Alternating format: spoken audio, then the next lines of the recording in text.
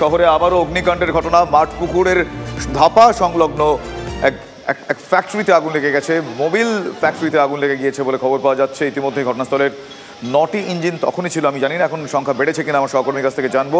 কালো ধোঁয়ায় গোটা এলাকা ঢেকে গিয়েছে, সেই ছবি দেখছেন। মাঠপুকুরের ধাপার কাছে মোবিল কারখানায় আগুন লেগে গিয়েছে।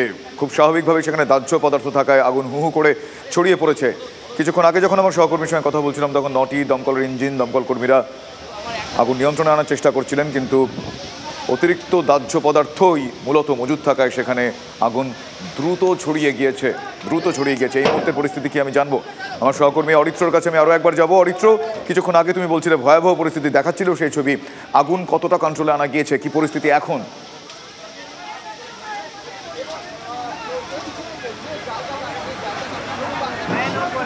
দেখো, মূলত এখানে ইঞ্জিন অয়েল মজুদ ছিল এমনটাই প্রাথমিকভাবে জানা যাচ্ছে, এবং যে কারণে আগুনকে এখনো বাগে আনা যাচ্ছে না।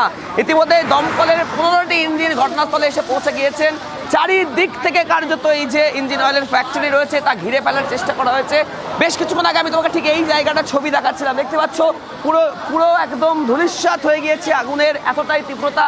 পকেট ফায়ার এখনো জ্বলছে, আগুন এখনো জ্বলছে, এবং কালো ধোঁয়া কার্যত ভিতর থেকে বেরিয়ে আসছে, যে কারণে দমকলেরও প্রাথমিকভাবে কাজ করতে একটু অসুবিধা হচ্ছে, কারণ সাফোকেশনের একটা প্রবলেম হচ্ছে, একটা ব্রিদিং প্রবলেম হচ্ছে, এবং ধোঁয়া চারিদিক যেমন একদিকে ঘিরে রেখেছে, ঠিক তারই সাথে কিন্তু তীব্র হাওয়া রয়েছে, যে কারণে আগুনকে বাগে আনা যাচ্ছে না। কারণ যেদিকে মূলত দাহ্য পদার্থগুলোকে মজুদ ছিল সেই দিকটাতে কিন্তু আরও হাওয়ার কারণে আগুন কিন্তু ছড়িয়ে যাচ্ছে, এবং একদিক থেকে আরেক দিকে আগুন ছড়িয়ে যাওয়ার কারণে কিন্তু কার্যত নাজেহাল অবস্থা দমকল কর্মীদের। এবং তোমাকে আমি ছবিটা দেখানোর চেষ্টা করছি। ফায়ার ফাইটার অর্থাৎ দমকল বিভাগের তরফ থেকে কিন্তু কার্যত আগুনকে নিয়ন্ত্রণে আনার চেষ্টা করা হচ্ছে, এবং যতটা যেতে পারবো, যতটা যাওয়া যাচ্ছে সম্ভবপর। দেখতে পাচ্ছ ঠিক এখানে বৈদ্যুতিক তার যেমন একদিকে রয়েছে, সেখানে কিন্তু দাউ দাউ করে এখন আগুন জ্বলছে, যেটা স্থানীয়রা বলছেন যে এই জায়গাটাতে অর্থাৎ এই কর্নারেই কিন্তু দাহ্য পদার্থগুলি মজুত রয়েছে, সেই কারণে কিন্তু এখানে আগুনকে এখনো নিয়ন্ত্রণে আনা যাচ্ছে না।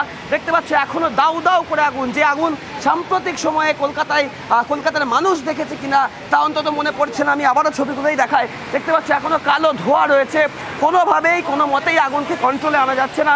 এবং সব থেকে যেটা চিন্তার বিষয় হয়ে রয়েছে, যেহেতু বৈদ্যুতিক তার রয়েছে, বৈদ্যুতিক তারের খুঁটি রয়েছে, এখানে ইলেকট্রিসিটি লাইন রয়েছে, সেই বিষয়টাকে মাথায় রেখে কিন্তু অনেকটা সতর্কতার সাথে কাজ করছেন দমকল কর্মীরা।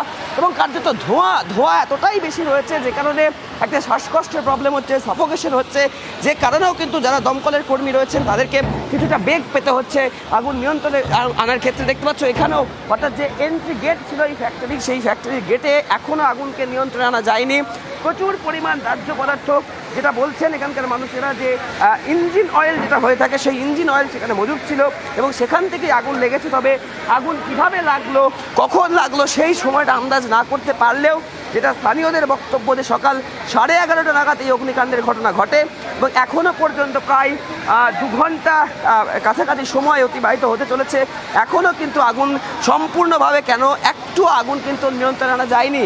দেখতে পাচ্ছ কালো ধোঁয়ায় একেবারে চারিদিকে কালো ধোঁয়ায় ঢেকে গিয়েছে। দমকলের 15টা ইঞ্জিন, তুমি যেরকম বললে দমকলের 15টা ইঞ্জিন এই মুহূর্তে আগুন নেভানোর কাজে দমকল কর্মীরা রয়েছেন। আমরা আশা রাখবো আগুন দ্রুত তারা নিয়ন্ত্রণে আনতে পারবেন। ধন্যবাদ আপাতত তোমায় অরিত্র।